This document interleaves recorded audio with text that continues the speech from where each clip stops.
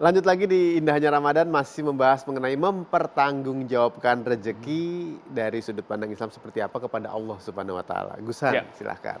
Kalau kita mengenal ad-dunya mazru'atul akhirah, dunia adalah ladang atau jembatan menuju akhirat, maka kita harus mempertanggungjawabkan ladang itu mau diapain. Dan kita harus mengapain. Ya. Harus memupuknya, harus memanennya, dan juga harus memanfaatkan dari ladang tersebut untuk menuju ke akhirat nanti. Artinya, ketika aktivitas di sawahnya ini, ladangnya ini, akan diminta pertanggungjawabkan oleh Allah SWT. Satu tetes pun air misalnya, atau satu bukan makan pun, itu akan dipertanggungjawabkan. Ya. Maka ketika rezeki yang kita keluarkan, itu akan dicatat oleh Allah mengalirnya kemana. Makanya kalau kita punya rezeki, misalnya kita berikan kepada orang yang tidak beres, misalnya ahli judi, ahli karaoke atau ahli apa seperti itu kan ya. Ahli karaoke itu gimana? Iya. Ya karaoke nggak bener ya, nggak semua karaoke salah. Al-karaokia yang tidak benar gitu Iya, kan. Nah, iya. kita juga akhirnya mendapatkan jariah ketidakbenaran. Maka kalau misalnya memang kita punya kelebihan rezeki, berilah rezeki itu pada kiai-kiai. Yang insya Allah uangnya nggak akan kemana-mana. Nggak jauh-jauh dari membangun pondok, nggak jauh-jauh dari misalnya membangun madrasah dan sebagainya. Nah, karena apa? Karena kita sadar bahwa setiap rezeki yang kita terima dan yang kita keluarkan, itu sudah notanya sudah jelas semuanya. Notanya mau kemana, dari mana kemana sudah clear semuanya. Maka hati-hatilah ketika kita diberikan amanah oleh Allah SWT, sebuah rezeki, baik itu rezeki ilmu, rezeki rezeki waktu dan lain sebagainya, dan kita tidak mempertanggungjawabkan dari apa yang kita punya, maka sungguh orang itu merugi dan akan menjadi catatan dan bisa pemberat di dalam akhirat nanti. Kita harus tekankan lagi nih, Ustadz, bicara mengenai rezeki. Rezeki ini bukan hanya uang loh, tapi macam-macam, bukan hanya material saja, tapi macam-macam. Bisa dijelaskan, Ustadz? Rezeki nggak cuma materi, tapi juga imateri.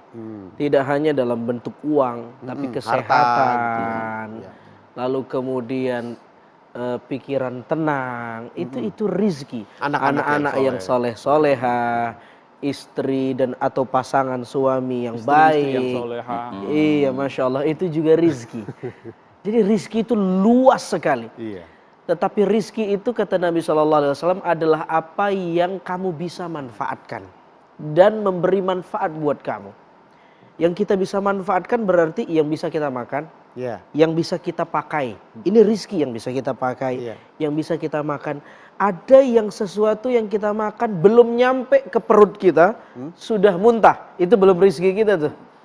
Belum nyampe melewati kerongkongan, sudah muntah. Itu belum rizki kita tuh. Rizki adalah sesuatu yang sudah sampai ke kerongkongan, kita bisa nikmati, kita bisa pakai, dan apa yang bisa memberi manfaat kepada kita. Yang bisa memberi manfaat ini yang kita perlu, sedekah.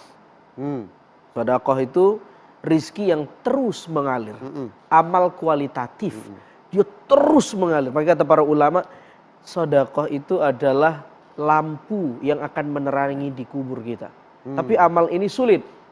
Imam Fakhruddin Ar-Razi dalam tafsir Kabir menceritakan, ada seorang syekh ngomong ke santrinya, wahai santri, kamu hati-hati kalau bersedekah akan ada 70 setan yang bergelantungan di tangan kamu, akan sulit buat kamu sedekah. Ada seorang anak muda santrinya yang pengantin baru bilang, syekh, saya akan buktikan, saya akan pulang ke rumah, saya akan ambil gandum, saya akan sedekah dan kalahkan 70 setan. Dia pulang ke rumah, ketemu istrinya nanya, kenapa, mau ngapain, mau sedekah? Sedekah apaan? Gandum. Jangan, kita kan pengantin baru, nanti nggak ngepul nih dapur kita. Ribut, gandum jatuh pecah. Pulang ke masjid, syekhnya nanya, katanya kamu mau ngalahin 70 setan. Kata suaminya, satu setan aja saya nggak bisa. Saya ketemu sama induknya di rumah. Cerita ini menunjukkan bagaimana sedekah itu amal yang baik, tapi ujiannya berat. Tetapi yang berat ini kemudian menjadi petromax di kubur kita. Itulah cara kita bersyukur, salah satunya dengan sedekah. Intinya syukur diambil dari kata syakaro, artinya menampakkan. Lawannya kafaro, menutup. Orang yang menampakkan nikmat Tuhan, dia jadikan nikmat itu di jalan yang baik, dia distribusikan, dialokasikan, itu syukur sebenarnya. Ada yang memberi kurma sukari. Dalam diri kita ada 3 instrumen yang paling penting yang bisa menggerakkan kita menjadi baik dan buruk. Dan 3 instrumen yang Allah berikan di dalam tubuh kita inilah dia akan nanti paling dulu mendapatkan pertanggungjawaban. 1. Inna sam'a wal basara wal fuada kana ulaika mas'ula. Semuanya menjadi pertanyaan besar. Kenapa? Orang mau baik tergantung bagaimana hatinya. Ya. Bisa nggak di hati baik? Dia mendapatkan kebaikan dari mana? Dari pendengaran. Dan juga mendapatkan kebaikan dari mana? Dari penglihatan. Ini 3 organ yang penting nih. Apa? Mata, telinga, hati. Kalau ini dulu dipertanyakan oleh Allah. Bisa nggak kamu melihat kebaikan? Bisa nggak kamu melihat keburukan? Bagaimana perasaan kamu ketika kamu melihat keburukan? Dan bagaimana perasaan kamu, hati kamu ketika kamu melihat kebaikan? Masya Allah, orang mau sodako tergantung bagaimana hatinya. Dia tahu sodako dari mana mata kuping informasinya. Dan dia mau bersodako dengan ukuran kacamata apa yang dia melihat sodakonya.